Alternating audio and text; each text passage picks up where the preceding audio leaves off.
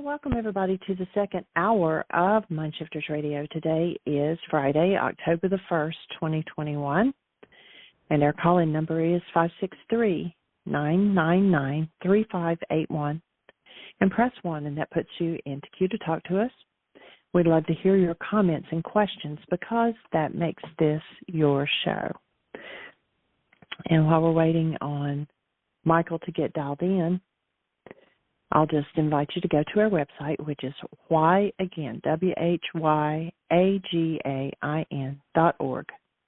And you can click on the Start Here in the upper left corner, or you can scroll down and click on the bullseye. They both take you to the same place, and that's where you can get started if you're not familiar with this work.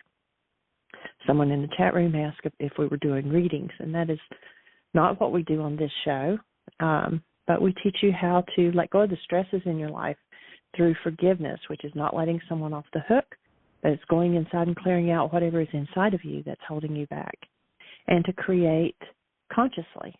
You know, we are all creators. It says we're created in the image of the Creator, and He is love. And so that's what we are. We're the stuff of love, and that's what we move through. That's our very being. It's who we are. We've been teaching Aria, to say, why are we here? To be love. And just before she went down for a nap, she was like, Nene? And I said, what? And she goes, I love you. And I said, oh, to the moon and back. And she just grinned really big. And I got the experience again of rocking her. And I cherish those moments because one of these days I know she's going to think she's too big to be rocked. And who knows, maybe she'll be a teenager and still want to be rocked, and that would be all right too. I can remember when my grandmother used to rock me, and it was just awesome. It felt safe and comfortable, and that's the space that we're creating for her as well. And to know that she is love, it's the stuff that she is made of, and it's why we're here. Welcome, Michael.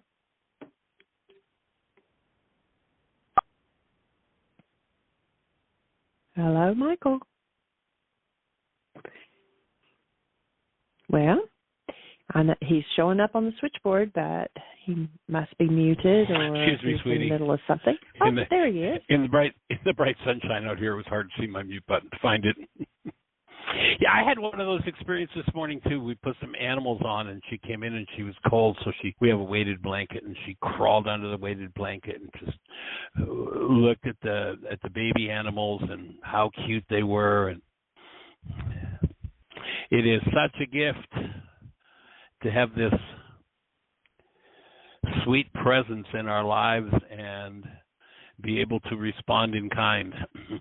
Remembering times when as that presence, it wasn't exactly that way in our world. So we're shifting the world one mind at a time, and delighted that you're here to be part of the conversation.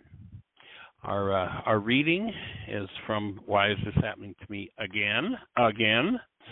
And we are now on page, 122. We've got about 200 pages to cover, so we've got another 3 months, October, November, December, to cover the last several chapters. And we've been talking to Richard, the character. We're reading from the book, Why Is This Happening to Me Again? What you can do about it.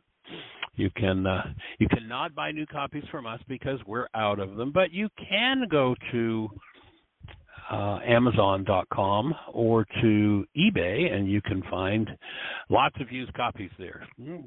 Cheap. So pick the book up, or you can go to our website, and I'm not sure exactly how many languages we're at, 8 or 9 right now. You can download the book free. So it's there free for the reading. I happen to be out in the bright sunshine again. We've got this beautiful day. It's about 70, maybe 72 or 73 degrees, sunny. A few white puffy clouds, deep blue sky. Just finished sowing buckwheat in the new garden space, or the rest of the new garden space. Have 4 stalks of corn. Everything else we've plowed back into the ground and waiting for a second cover crop to come up with this new buckwheat just sowed. And about, by the time frost gets here, this buckwheat will be ready to be cut down and put back into the ground as green manure and getting ready for growing season next year. So Delighted that you're here to be part of the process. We invite you to look into what do you have to do to put a little hole in the ground, drop the seed, and get wealth out of it. Everybody can do that. We live in an apartment. Well, you know, you can go on Amazon for $60. You can buy a small, totally, completely self-contained. It's called a iPod. No, I don't remember the name of it. But anyway, they're on for an extra $20 off on sale right now, and you can literally grow your own fresh stuff right in your own kitchen or the living room. Or it's totally self-contained, lights and everything. So it's getting easier and easier to find and eat actual, real food. And so I invite you to look at that. There is this university that's free to go to. It's called YouTube University. We have been watching YouTube videos by the dozen, learning about every aspect of what it is that we're doing here. And our reward this summer is that all summer long, right up to today, and we're actually going to put a little greenhouse over our 10-foot tomato trees so that hopefully they'll keep producing, and right on into the winter we'll be still eating these 1 1/4 pound heirloom tomatoes that are unlike anything I've tasted in 25 years. So everybody can do it, and it's time to do it, and it's time to start looking at how we restore our soil. It's really a big key. We don't have to wait for government to do it. It's a big key if people start looking at sequestering carbon in soil. It's something we can all do, and making a change in this whole global climate thing that's going on. That so many people want to claim it's a lie, but of course you'll notice the professional liars who spent millions discounting it. If you look into their records, oil companies and such, you'll notice that they've got records going back decades where they're talking about, oh my God, what are we going to do? We're changing the climate and it's going to put us out of business. We better come up with some scientists to make sure everybody knows that this whole thing is a fraud and a lie. It's so bizarre to do that to your own grandchildren, but anyway, it's wake up time. And so glad that you're with us. And so we've been talking to Richard about this idea of playing John the Baptist when you bring truth to somebody that doesn't want to hear it. I can imagine standing in front of the CEO of one of these big oil companies and telling them the truth about their billion-dollar fraud and climate denial. Would probably render you looking like John the Baptist. Somebody'd want to take your head off. And there are 2 skills to develop, 2 skills you want to make sure you've got if you're going to play that role with somebody. And that is, you want to know when to duck and when to hold the mirror up. Ducking, they say in the culture, I walk on eggshells around you. Well, that's John the Baptist. That's a principle that was put into the scriptures a couple thousand years ago to inform us to what healing looks like, how the process proceeds. And so Richard acknowledges that he's been attacked for playing John the Baptist before. And then he asks the question, well, do you really believe that many people are crazy? I'm talking about insanity, not craziness, Richard. In this work, an insane mind is defined as one that lacks the condition of love. A mind without love is a mind without real choices and is therefore insane. In other words, it operates on the automatic decision system instead of choice.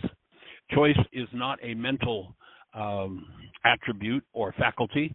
Choice is a spiritual faculty until we wake up to who we are and start to bring that faculty online, and that's the ability to introduce something new that the mind has never seen before. Until that happens, the mind is insane, and that just means it's replicate. It just keeps playing the same tapes over and over. My whole book, Why Is This Happening to Me Again? I feel so blessed. The universe reserved that title for me because virtually everybody's asked themselves the question, why is it happening to you again? Because you're living in an insane mind. You think that what's happening to you again is coming from outside of you. It isn't coming from outside of you. Cooperation is coming, but the pain, the trauma, the creative process is inside of you. And when you awaken to choice, and a part of that process is engaging in the exercise of forgiveness, you'll strengthen the muscle of choice, and something different will occur. You'll get to live in a different world. So in Aramaic thought, this mind was without love.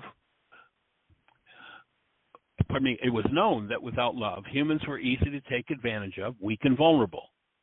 Love is a major key because it inoculates the mind against insane behavior, I offered. That is why it was called the first law. A lack of awareness of this law is a recipe for insanity. Now, I know that in a lot of so-called Christian circles, they'll tell you about the law, we're past the law and the law doesn't apply anymore and you're not under the law. Well, if you want to swallow that bucket of crap, go for it, but you're going to suffer from it. I don't care how holy and how many times you do all the things that the preacher prescribes for you. If you step off that cliff, there's a law called the law of gravity, and you are going down. Now, maybe you could be high and holy enough to float back up and save yourself from the rocks below. But I haven't met too many people at that level, and the people who are at that level know very well the law and would not tempt it, would not play that game. So law in Aramaic, we do a whole course called Laws of Living. We cut recidivism in the prison system by over 90% in the jails and in the prisons. And the way you do that is you teach people how it works. In Aramaic, the word law is not what our culture teaches us as it's the rule of a superior. The word law just means, here's how it works. How do you get to live as a human being? Well, first order business. You keep this filter we've been talking about the last couple of days, Rachma, active and open. This brings your human life, your human beingness, love, where the spiritual faculties are, into awareness through your physiology. And now you don't just have what we call a human body, you have a human being. A lot of bodies, just because we got forms that look like they're human doesn't mean there's a human in there. If love isn't active, every human, there is a human in there, every form. But if it's so bowled over and blistered and beaten by rage and guilt and grief and fear and terror and trauma and punishment and messages about, how bad you are, the bad child, there's no such thing as a bad child. Are there children who follow the modeling of the adults around them and do the things that the adults say, child, you shouldn't do it? Yeah. And then adults label that child bad. Is the child bad? No. Every being is created as love. But you can program a human mind to function out of any insanity that you want to feed it. So lack of awareness of this law of love, the first law, was the recipe for insanity. Richard broke in here and said, I'm lost again. This starts to make sense, and then the sensible part seems to evade me. That's what happens when building brain cells. The realities that show up in your mind from newly developed cells, brain cells, are fragile and easily distorted by conflicting realities from the past. Now, when I talk about building brain cells, I'm not talking about building new physical cells in your structure. I'm talking about the fact that every cell in your structure has a capacity to store information. And the information that it stores is there available for future recall. Whenever something resonates that information, then whatever's stored in brain cells. So I say don't think about the color of your car and what fires in your mind. Something to do with the color of your car. Somebody says, well, I'm not thinking of it. I said, well, what is it you're not thinking about? In order not to think about it, bang, the brain cells have to fire. Now, that's really not thinking about it, but it is resonance. So when we understand that the mind operates by this law of resonance, then you realize that what doesn't belong has to be removed. Removal is called forgiveness. So when you build information into brain cells, and you have new brain cells for something. One of my favorites, and most of you probably heard me talk about this before, but one of my favorites because it's such a shock, and over the last 40 years of working with the Aramaic, when I've explained this one from the Aramaic, it's the piece of information that I meet somebody or I hear from somebody 20, 30, 35 years later, say, the thing, I went to your whole series of workshops, a whole week of them, and the thing that stuck with me, the most important thing I learned out of that, in other words, the new brain cells that I built, was that the word sin is an archery term that just means off the mark. When somebody can let go of all the evil and crap that the fearmongers put into their minds about sin, and you just recognize, well, this energy belongs in the system, that one doesn't, this is sin, this one's not. If you put enough sin, disintegrative energy into your structure, you die. Now, that's building brain cells. You know, if you've never heard me use that analogy before, if you go back to the point where you didn't have those brain cells, that you believe the whole Greek baloney about sin, then you recognize that here's a new set of brain cells when you think about sin. It's like, oh yeah, energy's off the mark. Yeah, I want to know if I'm in sin. I want to know if the energy's off the mark because I don't need that in my liver or my brain or my heart or my lung or wherever I'm putting it. And every cell in the body functions as a so-called brain cell. So when conflicting realities come up in the presence of tender new information in brain cells, you might remember Paul talked about, you can't feed these ones meat, you've got to feed them milk. They're new. The tenderness of a new idea in brain cells that struggle against a whole culture filled with ugly, deformed ideas about that same topic. It takes time to make a shift. It takes time to be able to hold on to the new ideas. So I go on with Richard and say that's why I ask people to investigate, think on these ideas for themselves, and not believe a word I'm saying. Oh, come on, Michael. Obviously you're saying all that you do, so people believe it, he said with a touch of sarcasm. Actually, no, Richard. I teach to build a new framework and tools with which to experience life differently. A thought system built on someone else's experience is just a belief system. It will tend to crumble and take senseless turns under pressure. For instance, you asked earlier about the definition of love. I don't have one, but I do know a way to experience it and what signals tell you when love is present. And we'll close the topic there, and on Monday we'll pick up that idea from the chapter on clarifying love. And beyond that, if you're out there in listener land, I would love to hear your voice. This is time for dialogue, time for a conversation. What's on your mind? How can we support you? How are the tools impacting you? Are you using the tools? If you're not, please go to your app store on your phone. Type in the words Heartland. Heartland, Heartland Aramaic Forgiveness, and you'll be looking at the world's first and only forgiveness app. Jeannie created it. It's there. Download it. Start doing the forgiveness process right there, or go to the website, whyagain.org. And as you tap into that, you can do the worksheet process right there on the website. You can download the worksheets, print them so you can do them at home.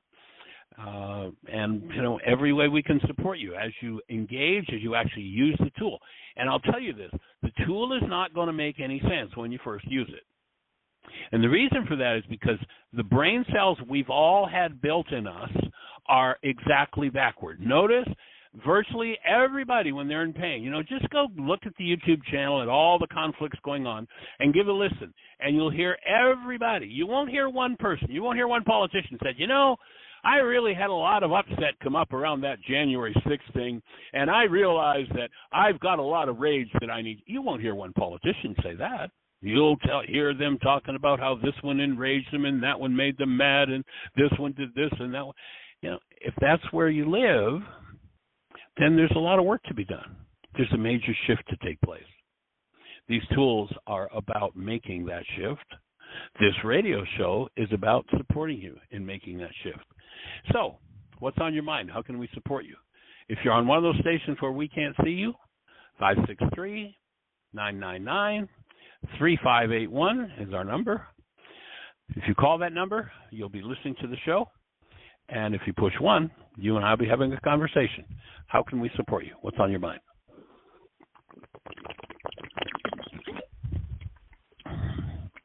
Miss Jeannie? It is all quiet out here. Well, then, it's time for somebody to pick up the phone. Yeah, somebody. I mean, I can't imagine if I were sitting in your local library and you came to my presentation and had the conversation we just had, that you wouldn't have some questions about brain cells, building brain cells. What does that mean? I can't imagine if I walked down off the stage that every one of you would walk over and say, well, Michael, what about? Or how does this work? Or what about that? So that's what this show's about. Not monologue, dialogue. I know I got carried away the other day and did a monologue almost all the way through, but, I do that once in a while. So, what's on your mind? How can we support you? 563-999-3581. And I guess if we don't have any conversation to be had, then we'll let the game go. We'll go ahead and I'll just get the shovel out and continue to work in the garden. Right now I'm just standing watering it. But I'd prefer much, much, much rather have a conversation with you than call it a day. So what's on your mind? Any thoughts for you, Jeannie? No.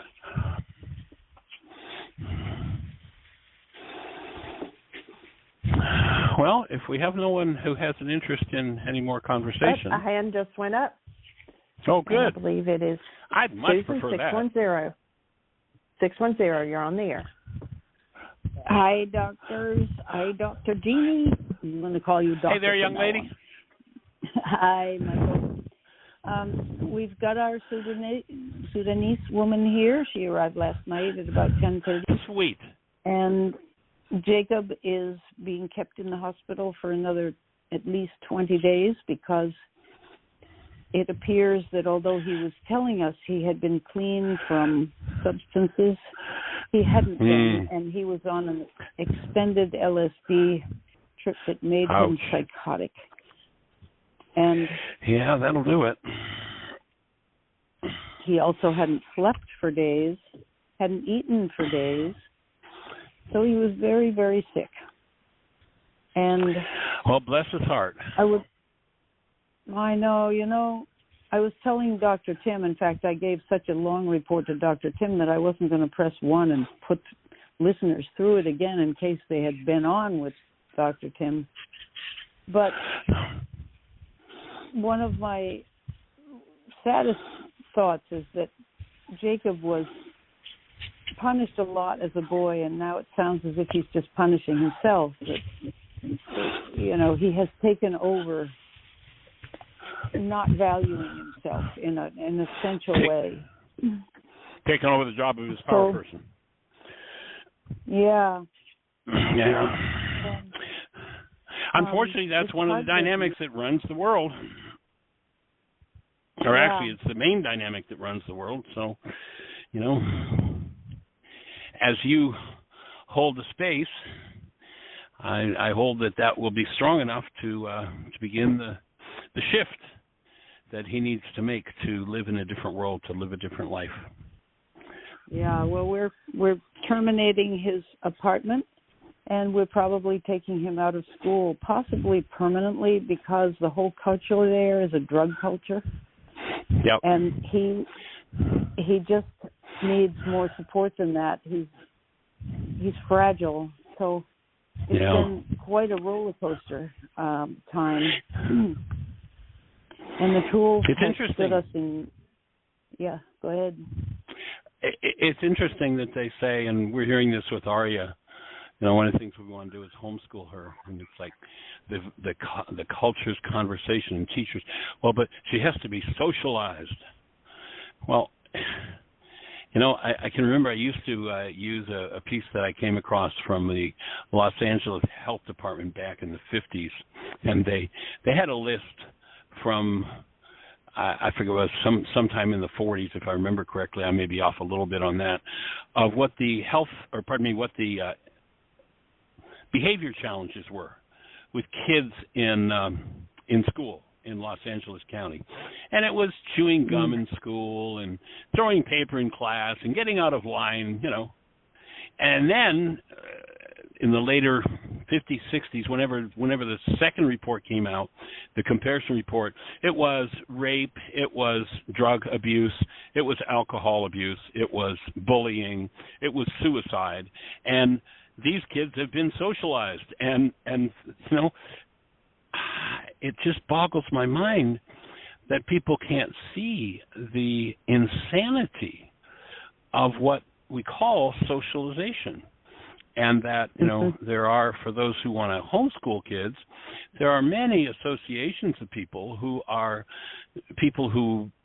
have a common understanding of life and a common set of principles that they live by, and we don't have to throw a kid into the deepest, darkest, lowest common denominator of the community, and you know, right up to the college level where these kids are being exposed to, and you know, it's the norm. It's like, it's crazy time. It is. So maybe it'll be time for him to pick up and do some online schooling where he's got a supportive community wherever he's living, and there is support for sanity rather than the drama and trauma of the culture. Does it look like he might come and be with you guys? Well, we thought he might be released today. He was insisting that since he's 21, he's allowed to leave of his own accord, and he was to be evaluated this morning, and I had my bag packed, and I was ready to go get him, even though his space is taken up by the woman from Sudan. But we thought we'd put him on the couch, or we'd find some way. The house isn't very big, so right. I'm relieved that they're keeping him, because he doesn't sound well enough to be even with a loving family at this point. There's too much illness still in there, too much of the drugs in there, and they are watching him, and I think they're good, but they put him on an antipsychotic and Haldol and Ativan, but they've taken him off that, which is such a relief. He's on good. Abilify instead. They think he's just detoxing big time from lack of sleep and from his drug use, but he admits that he's addicted to LSD, which they say you can't be addicted to, but I think the idea of it is he thinks it's essential for his creative work to take drugs, and he is always saying, well, you know, the Grateful Dead and Fish and all those, they're all high. Those are drug songs you're listening to, those rock songs. And I'm thinking, you can tell. Yeah. And for somebody to say, oh, LSD is not addictive, I mean, that's just a joke. Well, I'm glad you say that, because it appears to be very much so for him. So he's there for... I guess it could depend on the definition you choose to use for addiction, but you know, the definition that I put forward for addiction is a compulsive use of anything, any person, place, substance, circumstance, or activity. LSD or anything else can be addictive. Yeah. And when you use something to avoid hearing your guidance, following your guidance, or dealing with what's going on inside of you, then that's, you know, there's an addiction. And it's as common as, well, we are probably the most addicted culture in all of history. That would be my take. Yeah, that's possibly true. So we certainly join with you in holding a space for him in compassion, and for anything that comes up for you as you look at, think about, and deal with it, that we're here to support you as well, because I can only imagine this has got to be a challenge for a grandparent. Being one of those myself recently. Say that again, Michael? I say, having become one of those, a grandparent myself recently, I can certainly understand where this kind of circumstance has got to be pretty heavy duty, and it's going to open up all kinds of things that you'll get to work through. Oh, well, don't worry, I'm doing them, and the work has been very helpful to keep me. I feel as if I told Dr. Tim, I feel as if we are sailing in very rough waters, but the boat doesn't have a leak. Awesome. The tools That's a good way helping. to say it. Yeah. Yeah. Yeah. It feels very, very hard, but there are blessings all over the place too. I won't go into them all, but this woman who does not only not speak English, but she doesn't even read in her own language. So right. Anything we would have translated and put in writing, she can't use. Came up and said this morning, "Sweet Susan, I happy." Mm-hmm. Can you nice. believe that? Well, and maybe this will be the space for her to learn to read. You know, when you look at so many places in the world where young women are not allowed to be educated, it's a way to keep people ignorant and keep them under control. So maybe this will be, you know, all that translating perhaps won't be wasted. Perhaps she'll be able to use that and begin to comprehend it, the reading part of it, right, and use this to enhance another part of her life. And, you know, the fact that you're so open with the conversation about what's going on, I can only imagine there are probably others listening that have similar processes going on. So thank you for your willingness to extend and be courageous to share what's going on and bring healing to the world. You know, it's powerful. Yeah. Powerful. Thanks. I do think so. I did talk to a patient. I didn't get Jacob the other day when I made a call. I got a woman who was in there for anxiety and depression of her own volition. She probably is in her 60s. She said, I checked myself in because I was just in total despair. They're fooling around with my meds. But she's a healthy woman. Her thinking isn't all screwed up. And I asked her about Jacob, and she described a young man who has been better and better each day. She says, I do talk to him. I see him eating a little more each day, and I see him talking to some of the other patients, and it's a wonderful place up here, very warm. The nurses are loving. Now, Jacob doesn't tell us any of that. He tells us that it's a prison, and they don't care about him, and being very well cared for there. It was so reassuring. And then she said, I wish I could ask you for your prayers for me too. And I told her, and her name is Libby, so I'm asking right over the phone for healing for Libby. And I'm thinking if I talk to her again, I'd like to introduce her to the tools. Oh, awesome. And have her, I'd love to get her number and stay in touch with her. She was so open and loving to me and so good at describing. And I told her, what? She wouldn't mind being Jacob's grandmother in there, watching out for him a little, and she said she would. Nice. So, yeah. And we'll Sweet. probably go get him in 20 days or so. He may be released to us. And then I would love to take him to some place where he'd have a holistic, loving community, but we're not sure he'll accept that, which means he may be living with us for a while. And that wouldn't be bad at all. I'd love to have him. I just hope he won't, living with your grandparents isn't exactly thrilling when you're 21 years old, but we'll see. Well, my take would be with what you're offering him, you have one of the most thrilling possibilities that he could possibly have, that he could even start to look at. Although, in his mindset at this point, that may not be how it appears to him, but... Yeah. Well, one thing he did say was, I want to write a piece with you. And I said, I would love to do that. Maybe we can really start jamming together and writing some music together.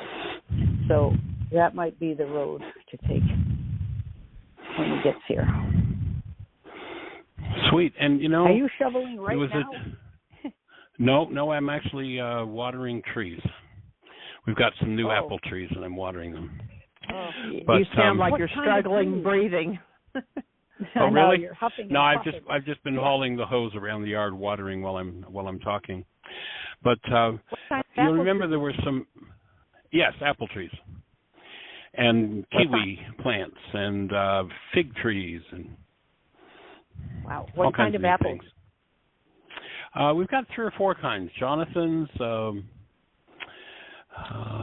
Suncrest, Arkansas Suncrest. Black, Macintosh. Oh, I would love to be able to do that. That is so fabulous. Well, apples grow up there, don't they? Not on our land, they don't. Yeah. Well, you got to plant them first. I talked That's about the thing about, I know. You do have to plant them. Definitely true. Yeah. Yes, I won't go into the state of our soil, but we are refurbishing it at this point, and maybe we could after we refurbish it. It is just nothing but rocks, and it's terrible. Anyway, but you were going to say something, Michael. Yeah. One of the thoughts I had is you'll remember that there seemed to be a real place of hopelessness with Luke. And you kept talking to him. And one of the things to be aware of, in laws of living, one of the things we go into is what's called regulatory speech. And regulatory speech is the speech that controls behavior. And there's a way that behavior relates to and proceeds from speech. And if you can keep the conversation going, the first thing that happens is people hear the conversation, the words. Mm-hmm. They don't believe them, they don't accept them, they don't want anything to do with them, but they hear them. And then when they start to speak them, repeat those words, they're starting a process by which those words will ultimately become part of the speech system. And so keep the conversation up with him. That's one of the reasons why we've been doing this show for 10 years, is to keep the conversation going. Because when I hear something, then I speak it, then I speak it to myself, then I speak it to myself silently. At that point, if I experience a reduction in stress related to that speech, then the behaviors associated with that speech will begin to become my behaviors. And nice. So keep it rocking with him and keep the conversation going. Yeah. Mhm. I sure will. And we'll do the same. Yeah. Oh, that's wonderful. Thank you. Thanks. Honored and delighted. Thank you for pushing one. So anything else on your mind at this moment? No, I don't think so. Thanks, Michael. Just sort of doing our best here. Yeah. Well, we are joining you in doing that. Thanks. For sure. All right. Well, young lady, you have a blessed rest of the day.